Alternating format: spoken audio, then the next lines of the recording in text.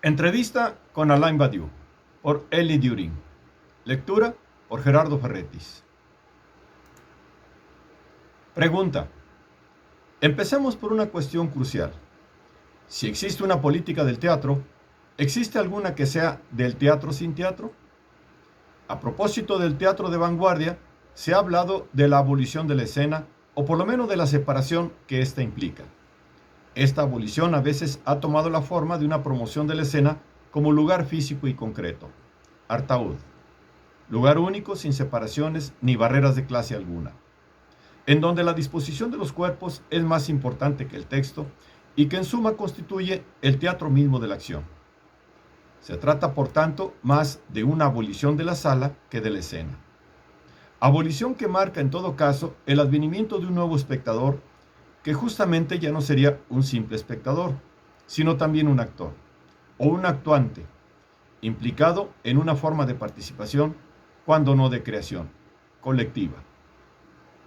Las prácticas contemporáneas de la performance heredan mediante este gesto a través de los diferentes espacios que componen en la galería o a sus puertas. Pero entonces, ¿qué queda del público tradicionalmente asociado a la idea del teatro? La supresión de la escena o su transfiguración es susceptible, en su opinión, de crear un espacio nuevo, un sitio para la emergencia de un asunto colectivo. Respuesta. El problema de la relación entre la escena y el público ha constituido desde siempre el tormento del teatro. Pensemos en las meditaciones de Molière sobre la dualidad del público, nobles y burgueses, la corte y la ciudad. Y también en la concepción brechtiana de la división dialéctica de la sala, o en el teatro de agitación y propaganda de la Unión Soviética, lo mismo que en la concepción propugnada por Vilar de un teatro popular. En la moda del happening, hace ya casi medio siglo, lo mismo que en esa otra más contemporánea del teatro de la calle. En Grecia, el teatro ya era un instrumento político, o más precisamente una función del Estado. Pagar representaciones teatrales era una obligación para los ciudadanos ricos, una suerte de impuesto.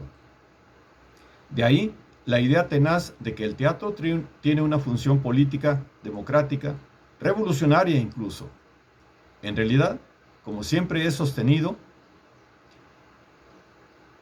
a partir de mi ensayo Rapsodia por el teatro es interdependiente del Estado.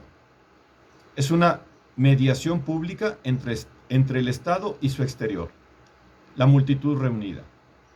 Y como la circulación se restablece, y como la comunicación se establece entre los dos sentidos del poder a la multitud y de la multitud al poder, el teatro es absolutamente ambiguo. Es el punto en que una cierta audacia del Estado se encuentra con el recurso intelectual de lo que es colectivo, agrupado, público. El mismo Luis XIV subvencionaba las audacias materialistas de Molière. Y en Francia, el Estado subvenciona tanto el teatro popular como el teatro de calle.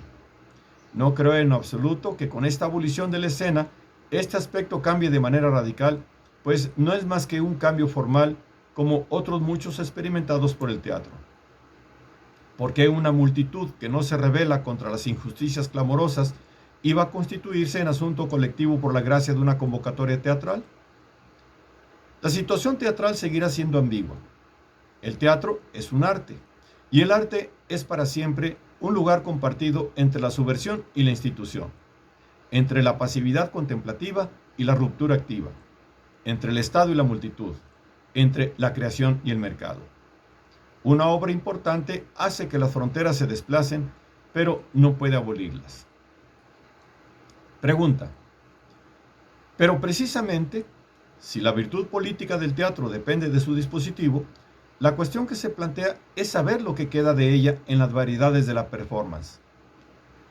Si se define el teatro sin teatro como una forma de teatralidad pura, una modalidad de la presencia de los cuerpos desligada del dispositivo de la representación, la performance se refiere a la organización, con una intención de arte, de una experiencia inmediata del ser conjunto. ¿No se arriesgaría entonces a caer a menudo en una forma degradada del teatro ético, dedicado a revelar la performatividad inherente al intercambio social? O más aún, mediante la puesta en escena de cuerpos sufrientes o maltratados, ¿no se arriesga a suscitar una mayor atención hacia la vulnerabilidad de los seres o de los vínculos entre los seres? Me gustaría que reconsideráramos, para precisarlo todo, lo que, en su opinión, constituye la especificidad del dispositivo teatral. Respuesta. Creo que hay teatro desde el momento en que se da una exhibición pública, con escenario o sin él, de una combinación intencionada de cuerpos y de lenguajes.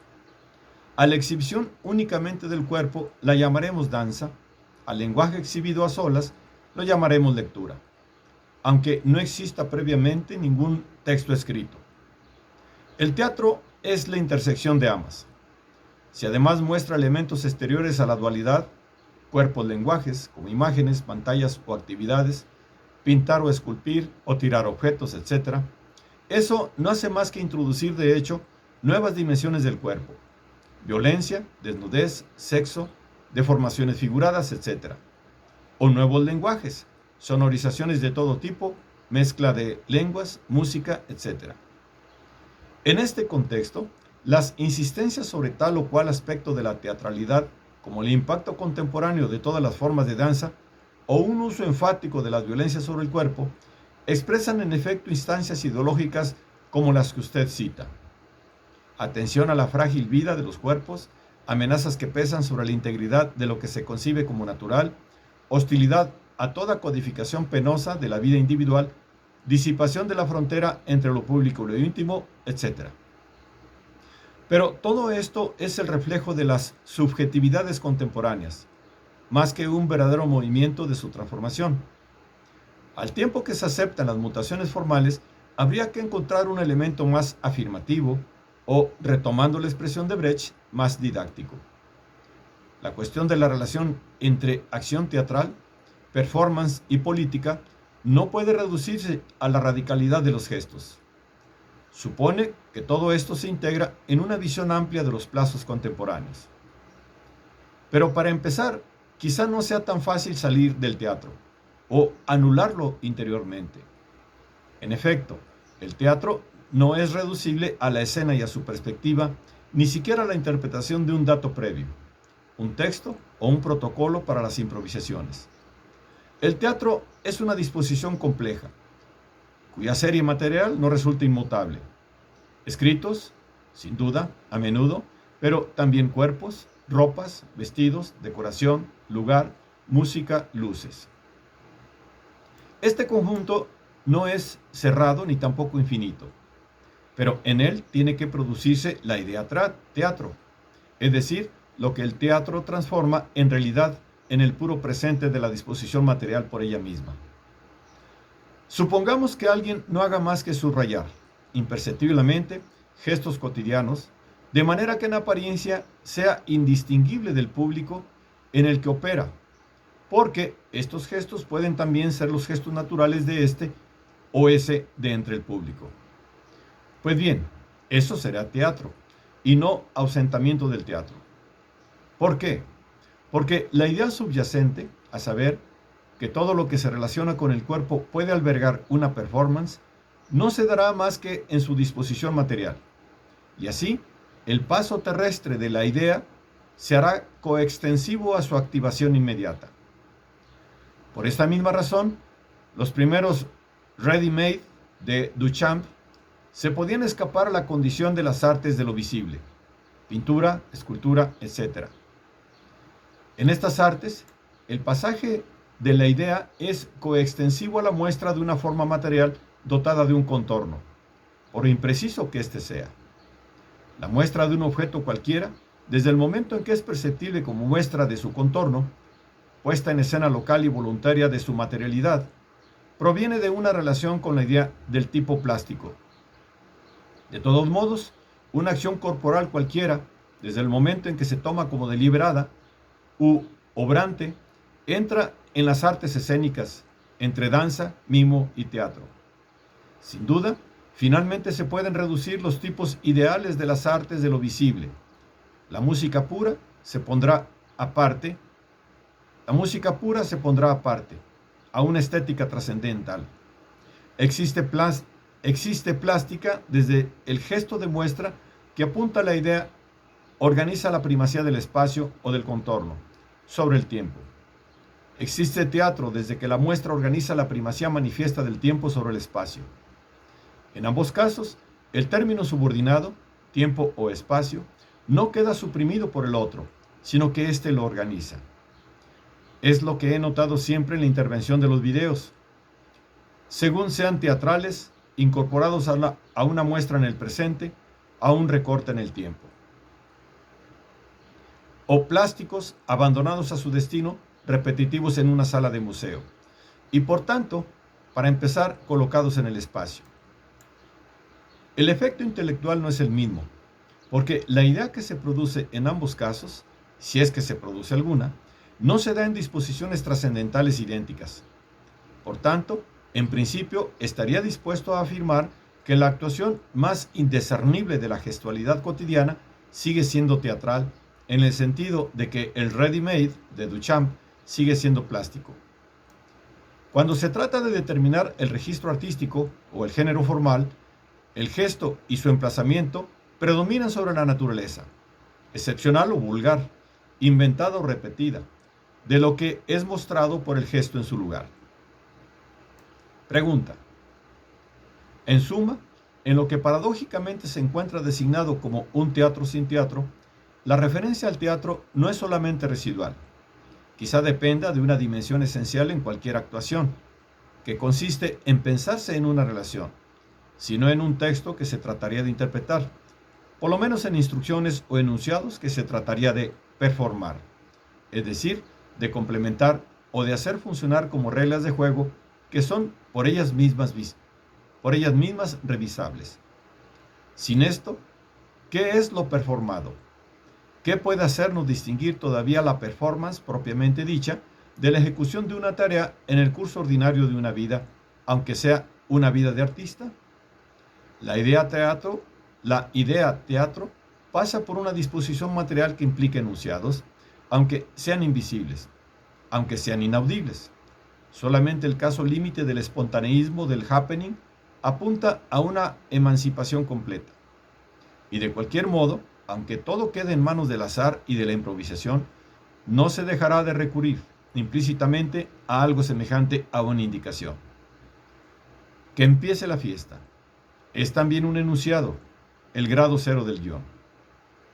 Entre la idea y el acto está el enunciado.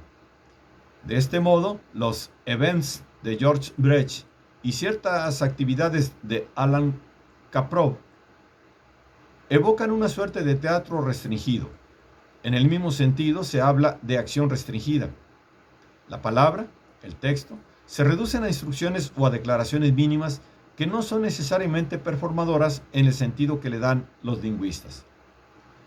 Podría intentarse en este punto un acercamiento con el teatro de Brecht y el montaje singular de gestos y de enunciados que se operan en él. Respuesta. En este caso, el registro es completamente diferente y de una considerable importancia. Se trata de saber si al teatro de la representación le sucede o no un teatro de la operación. De manera incluso más general, ¿no habrá cedido su lugar la muestra de la idea teatro a la construcción de este ideal, de manera que los códigos de esta construcción sean visibles o se muestren? En mi opinión, la cuestión del lugar del ritual, de la improvisación, del azar, de una relación espacial orientada o no entre lo que se muestra y una audiencia, todo lleva a discutir, en relación con la experimentación más reciente, las relaciones entre lo visible y lo invisible en la acción teatral, o no teatral.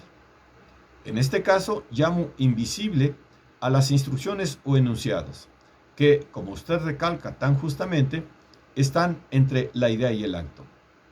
Estas instrucciones han estado durante mucho tiempo medio escondidas, aunque no eran explícitas más que durante las repeticiones, y medio visibles, siempre que el director brechtiano quisiera hacerlas ver o las explicitaba en el programa del espectáculo. El paso completo de un teatro de la muestra a un teatro de la construcción o del proceso supone ciertamente que se revise el lugar de las instrucciones, la naturaleza de su existencia. En el fondo, la primera forma de esta revisión ha sido durante algo más de un siglo la importancia creciente del director. Ha sido, en la frontera de lo visible y lo invisible, el hombre de las instrucciones, o de los axiomas de la representación. La performance, lo mismo que la invasión de la escena por esquemas surgidos de la danza o de las prácticas corporales, indica sin duda que el siglo del director de escena ha llegado a su término. Pero no se confundirá en ningún caso este fin con el del teatro. Es como cuando se cree que el fin de la construcción metafísica, en su esquema clásico limitado, que implica una teología, es el fin de la filosofía. El fin de la idea de un director de escena del mundo no es de ningún modo el fin de toda idea del mundo. El teatro ha existido durante mucho tiempo sin la figura separada del director de escena, y continuará sin ella. Toda la cuestión reside en saber qué es entonces lo que localiza las instrucciones, por aleatorias que sean.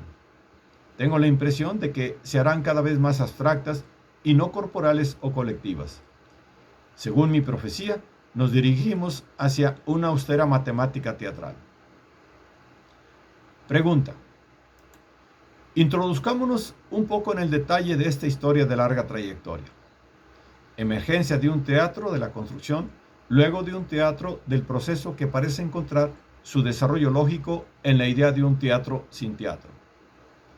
El teatro conoció, con el penúltimo cambio de siglo, una revolución que prefigura en cierto modo el asedio de la performance por las artes plásticas.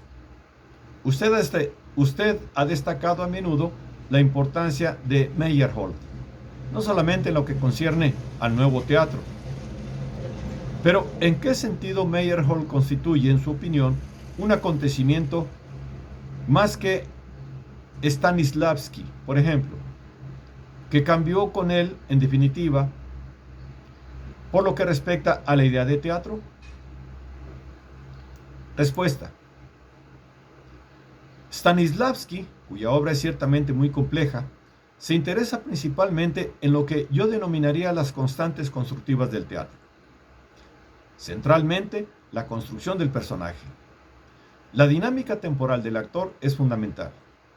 Como siempre, la idea teatro se somete al tiempo, pero en una visión constructiva y organizada de los efectos que hacen que se produzca. Con Meyerhold, lo que se convierte en decisivo es el presente colectivo. La temporalidad no es constructiva, sino muestra artificial del presente como acción. El teatro primero tiene que indicar en qué sentido es la fusión de una concepción activa del pensamiento y de disposiciones materiales que encuadran y exhiben el presente como ficción. Por otra parte, la evolución de esta concepción ha mostrado su inestabilidad, su división. Porque el presente activo puede ser tanto el del cuerpo crucificado, de la mística dialéctica, sublime y abyección, como el de la didáctica de las opciones, de la puesta en escena organizada de las condiciones que rodean el presente absoluto de una decisión. Artaud y Brecht efectivamente indican dos maneras de permanecer fiel al acontecimiento Meyerhold. Pero en todos los casos se da la performance, pues ninguna constante del tipo personaje es separable del artificio del presente, tal como el teatro lo entrega inmediata y colectivamente. También se da la performance por el hecho de que todos los tiempos de la acción tienden a contar igual. Ya se sabe que según Brecht, cada escena tiene que organizarse según una energía que la hace comparable a la obra por entero. Y la mística de la crudeza, de la realidad insostenible, tampoco puede esperar a la construcción sistemática y referencial a la que se aplica Stanislavski. Lo cierto es que con Meyerhold, el teatro deja de subordinar el paso de la idea a una meditación representativa. El camino para los ejercicios performativos queda libre. Pregunta. Estos ejercicios se describen actualmente a menudo siguiendo el paradigma del juego, desde los juegos de lenguaje de Wittgenstein hasta las nociones de participación y de interactividad relacionadas con el happening y con el media art. Es como si se esperara del juego una de las dimensiones fundamentales del teatro, no hay que olvidarlo, que sirva para aflojar el torno de la representación teatral, Pero al lado del juego también está la ceremonia, además del ritual. Y la fiesta, por fin, ¿cómo puede la disposición teatral integrar o conjurar estas diferentes figuras de la performance? Respuesta. Creo que el teatro siempre ha oscilado entre dos extremos. Por un lado está la toma de partido del público, su compromiso, una cierta tendencia a la fusión colectiva, cuyo paradigma, más o menos secreto, es la orgía. Por el otro, la distancia, la pasividad contemplativa del público que asiste, silencioso y cautivo, a una ceremonia cuyo paradigma es a menudo la celebración de carácter religioso. Puede expresarse en los términos que usted ha evocado: la fiesta y el ritual, o la farsa y la tragedia, Aristófanes y Esquilo, o, en el lenguaje de los autores románticos, lo grotesco y lo sublime. Cuando Boileau nos dice eso de que en el saco ridículo en el que Scapin se envuelve, no reconoce al autor del Misántropo. Nos está diciendo solamente que un genio como Molière circula libremente entre los dos extremos.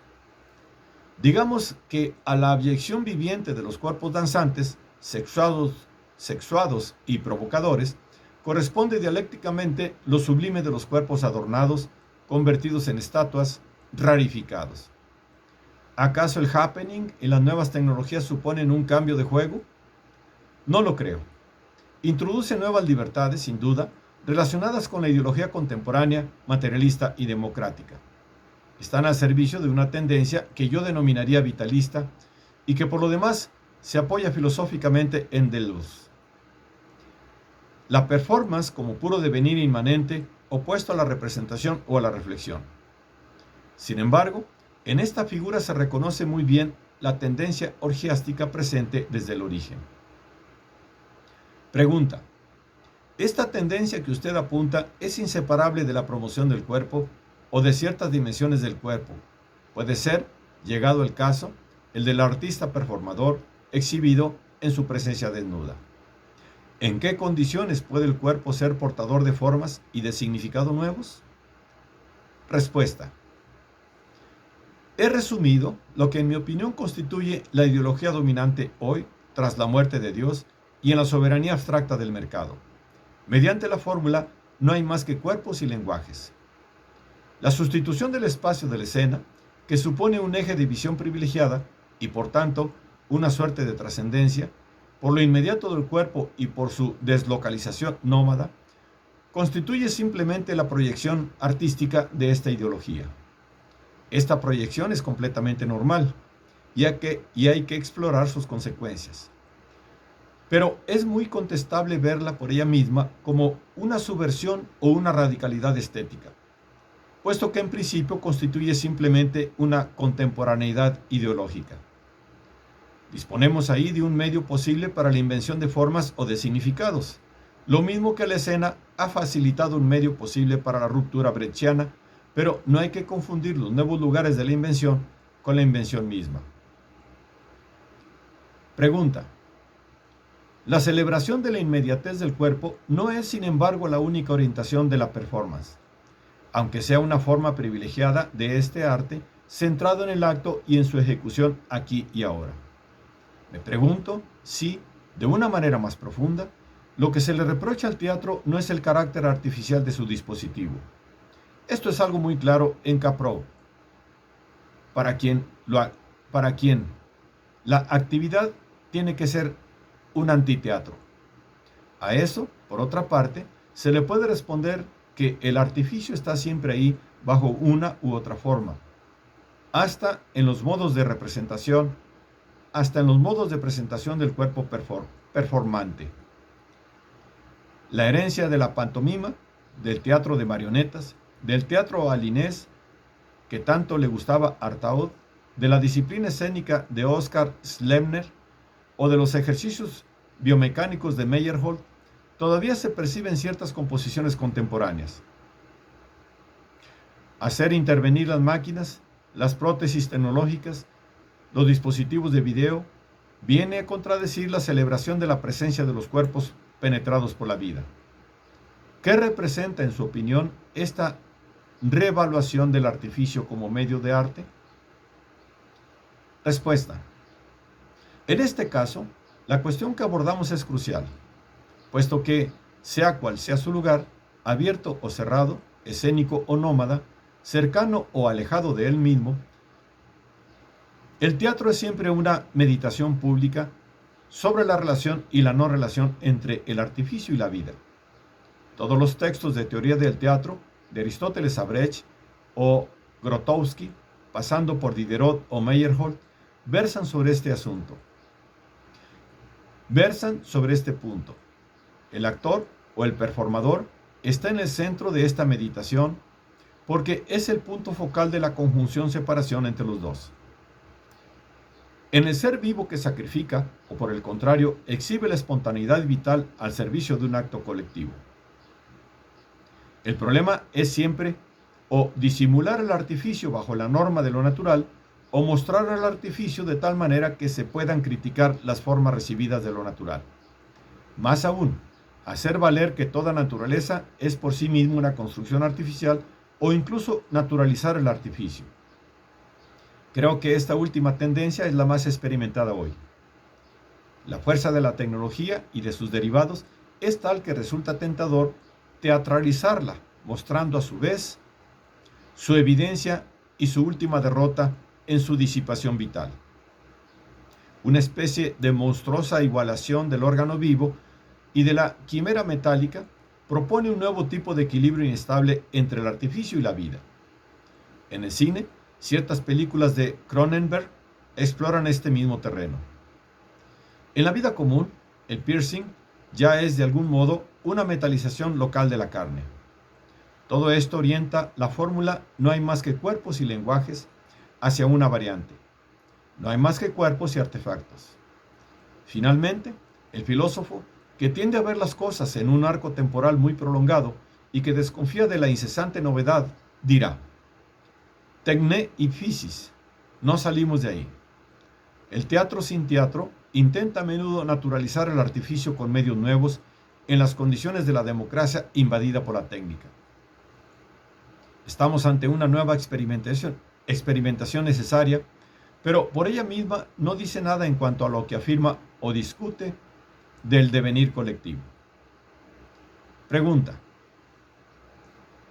Volvamos por un momento a la política de la performance y a la cuestión del asunto colectivo, que puede inventarse en ella. Al presentar la performance como un acto de creación colectivo, Meyerhold marcaba una ruptura con una concepción tradicional del teatro y de sus potencias, fundada en los caracteres formales de la representación. Es sabido que en ocasiones invitó al público a expresarse directamente en Las Albas, 1920, y también en la segunda versión de Misterio Bufo. Pero quizá no fuera hasta hacer del vínculo participativo el corazón de la experiencia teatral. La sala no era un apéndice cosido al escenario. Sin embargo, no se trataba de hacer que estos dos espacios se fusionaran para instaurar una especie de continuum indistinto. Él definía la sala como un taller de carga psicofísica. Respuesta. La dimensión colectiva del teatro es esencial, porque el presente de la idea se ve experimentado por la presencia del público. El teatro es la forma artística ejemplar de una relación inmediata entre la forma temporal, el presente, y la forma espacial, la presencia de una multitud en un lugar. La idea de performance, anticipada en efecto por Meyerhold y algunos otros durante el pasado siglo, pensemos en el teatro de Agit-Prop, propio de las experiencias revolucionarias, consiste en tratar esta relación en la forma del acto compartido, de la indistinción entre el tiempo de la idea y el espacio de la multitud. Algo parecido debía de producirse en las representaciones teatrales de la pasión. La diferencia no está tanto en la relación entre el colectivo y la acción teatral como en la existencia o no de un esquema obligado y de una distribución de los papeles. Quizá podría decirse que la experiencia performativa se encuentra en la confluencia de la idea de participación, de construcción de un nuevo colectivo y de otra exigencia del arte contemporáneo, la de la importancia de la improvisación y del azaroso dejar que ocurra. Una performance es una pasión sin guión. Pregunta. Esta noción de participación tiene puntos en común por ella misma con un tema insistente en la historia de las vanguardias: la idea de un arte que ya no se presentaría como tal, sino que se relacionaría con la vida en términos de continuidad, manteniendo al mismo tiempo una capacidad de intervención activa. Borrar las fronteras entre las artes para borrar más fundamentalmente las fronteras entre el arte y la vida. A esto aspira la performance, cuando coloca en el corazón del acto artístico la presencia física del performador y el proceso mismo de la performance, retomado en el prolongamiento de la experiencia común más que como puesta en escena o construcción de un espacio autónomo. Alan Caprow reprochaba precisamente a los acontecimientos fluxus que perpetuaran bajo otra apariencia el encuadramiento artístico de la performance, manteniendo un mínimo esquema. Disponer un lugar para el acontecimiento entre las prescripciones del ritual y el azar de la improvisación, o el margen de libertad ofrecido por la ejecución múltiple en circunstancias variadas de una misma instrucción o de un mismo guión. Volvía a otorgarle demasiada ventaja a la teatralidad. Por su parte, preconizaba una forma de performance no arte, desligada de todo efecto escénico y que podía resumirse, en última instancia, en el desarrollo de una actitud, de una atención particular al carácter performativo de las tareas cotidianas: saludar a alguien, arreglarse la ropa, etc. Respuesta. Sí, evidentemente, la performance radical está del lado del no arte, de la vida simplemente subrayada, y eso sin ninguna insistencia, como de pasada. Es la derivación final de un deseo que se remonta, en mi opinión, al romanticismo alemán. Que sea la vida misma la que es arte, que sea la vida misma la que es arte, que por fin nada separe el universo de las formas de la afirmación viviente, que haya como un poema de la vida. La forma performativa última elimina incluso la dimensión de encantamiento poético. Se instala en el ordinario gestual, en lo insignificante, del mismo modo que cierta filosofía se declara filosofía del lenguaje ordinario. Acepto que esta mitología pueda ser estimulante, pero no comparto sus poderes. Ya existía en la interpretación por los surrealistas y después por los situacionistas de la poética existencial de Rimbaud. La poesía hecha por todos. Si por todos, quiere decir la promoción del ordinario de la vida, tal como es el estatus de arte en tanto que no arte, diría simplemente esto: a un puntado, lo ordinario no libera nunca nada que no sea su propia vacuidad. En este aspecto, me remito a la máxima de Antoine Vitesse, lo que significa lo extraordinario a compartir. Sea cual sea el destino formal, el arte permanece como un recorte heroico de la verdad en el material ingrato del sentido. Pregunta. Se diría que el arte malo es teatro, decía Chris Burden, pero como usted demuestra, no resulta tan fácil escaparse del teatro. El teatro resiste incluso en las formas explícitamente no teatrales de la performance, que siguen concentrando en ellas todo lo que queda de teatralidad, cuando al teatro se le restan el texto, el escenario e incluso el actor, o lo que es lo mismo, todo tipo de separación entre el director, el performador y su público. Pero precisamente, ¿qué es lo que queda? Una presencia y también una acción o un encadenamiento de actos que se efectúan, que se performan en un lugar y en un tiempo determinados. Esta ejecución es más importante que el producto, el resultado, el fin. Pero, ¿qué ocurre en el proceso mismo de la performance, sino el resultado efectivo, en una disposición material de la idea de que todo cuerpo y todo lenguaje puede sustentar una performance? ¿Acaso hay algo más que ocurriría entre esta idea? ¿Acaso hay algo más que ocurriría entre esta idea muy general, para decirlo en dos palabras, que la vida puede y debe ser performada, y su efectuación, que cada vez es singular? Para precisarlo más, quizá resulte útil interrogarse sobre el estatus del acontecimiento en la performance. Oímos decir que se trata de hacer visible, tangible, el tener lugar del acontecimiento. Pero tener lugar señala, paradójicamente, una relación con el tiempo más que con el espacio. El espacio es más bien el problema o la condición de la danza, que usted describe por otra parte como un arte de la inmanencia y de la retención, y secundariamente como un arte del desarrollo temporal del movimiento. La danza es lo que no tiene lugar, lo que no ha tenido lugar todavía o lo que ya ha tenido lugar, demasiado pronto o demasiado tarde.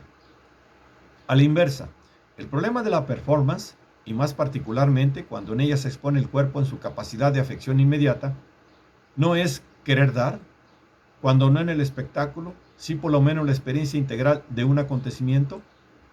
Pero, ¿es esto posible? Quizás será necesario distinguir, en este caso, ciertas performances que intentan inscribir la huella del acontecimiento, o su carácter irremediablemente huidizo, más que acoger directamente su estallido. En este caso, se trataría menos de encarnar la idea formulada por un enunciado o una instrucción que de organizar localmente, mediante un juego de desplazamientos, el lugar en que se desplegará esta idea o la verdad que encierra. Aquí, el uso del vídeo y de todas las variedades de pantallas, de espejos y de proyecciones, me parece un recurso capital. Y el trabajo de un Dan Graham en las fronteras de la instalación y de la performance tiene un valor ejemplar. Naturalmente, estoy pensando en la forma de desincronización puesta en práctica en la grabación en vídeo, diferido en present continuous past y en las diferentes versiones del time delay, pero también en el dispositivo todavía más sobrio de past and future split attention, en donde se conjugan en un mismo espacio una descripción anticipada y una descripción rememorada, un avance y un retraso.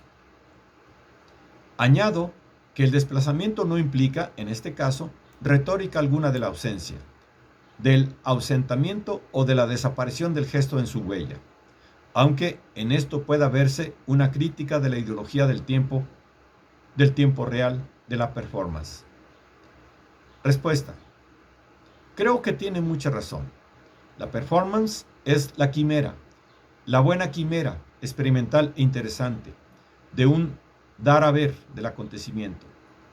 Es la razón por la cual se centra sobre el cuerpo, el cual, tendido y concentrado sobre su potencial gestual y sufriente, puede expresar simultáneamente la dimensión activa del acontecimiento, su dimensión de choque, de sorpresa violenta, y su recepción pasiva, el efecto de transfiguración subjetiva, el patos que el acontecimiento puede inducir.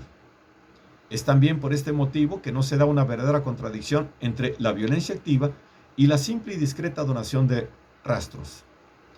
Esta está en la esencia del acontecimiento, ser a la vez lo que irrumpe y lo que no existe, y no organiza los temas más que bajo la forma de rastros que inmediatamente se leen mal.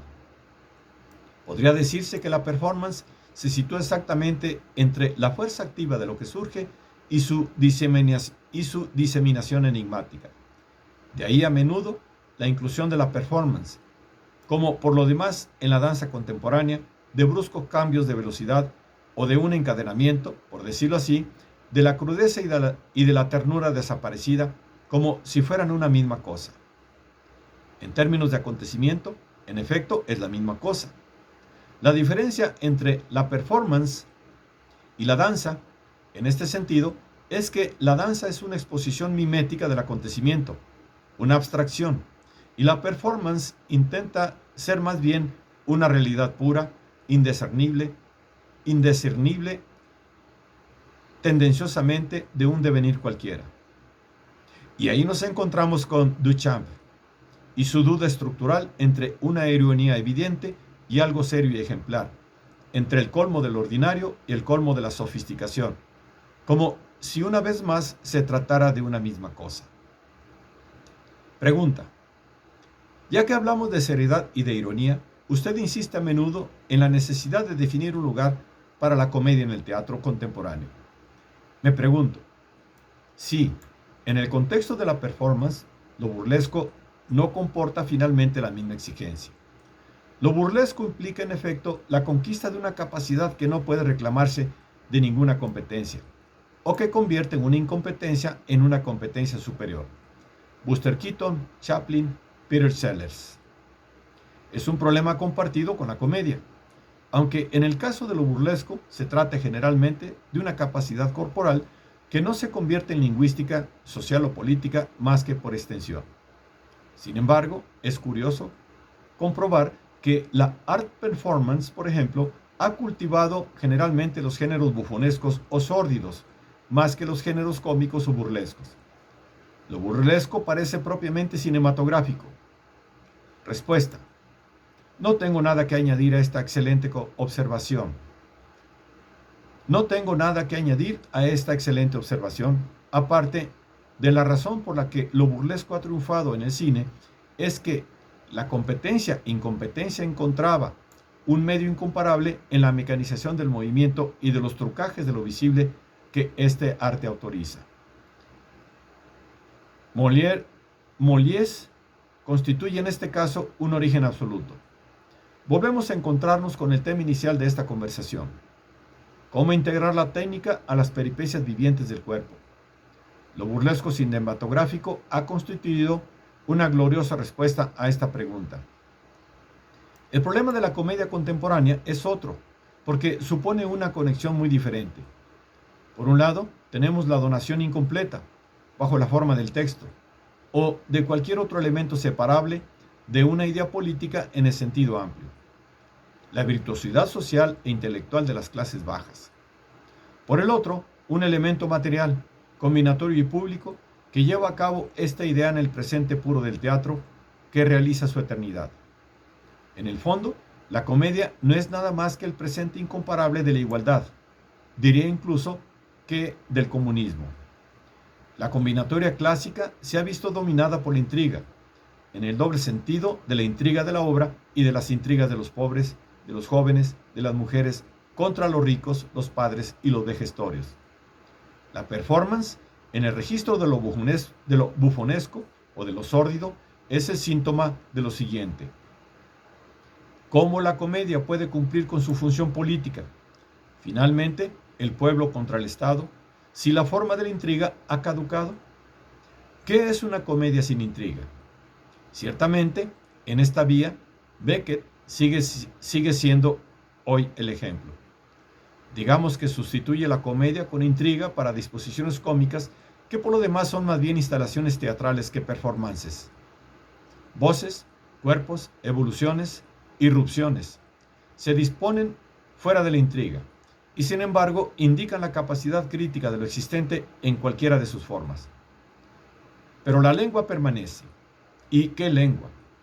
Del teatro, mientras no sea ni danza ni lectura, y por muy performativo que sea, todo puede desaparecer. Todo salvo la lengua que penetra los cuerpos y lo dispone más allá de ellos mismos.